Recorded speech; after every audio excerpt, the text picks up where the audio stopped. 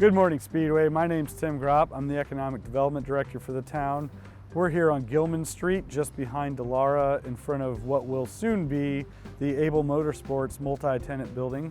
They're currently working on site work, putting in stormwater pipes, and hopefully soon getting the foundation in for this building.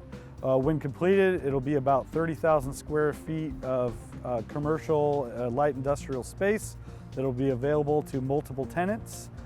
Divisible probably from 2,500 to 10,000 square feet.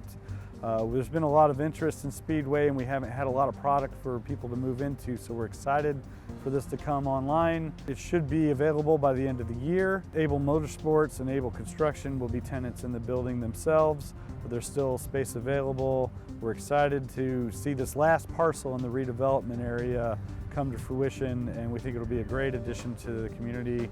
It'll add jobs near Main Street, and we're just really excited to see this completed. If you have any questions about the project, please email me at tgropp@speedwayIN.gov. Be happy to answer your questions or connect you to the realtor on the project if you have some interest.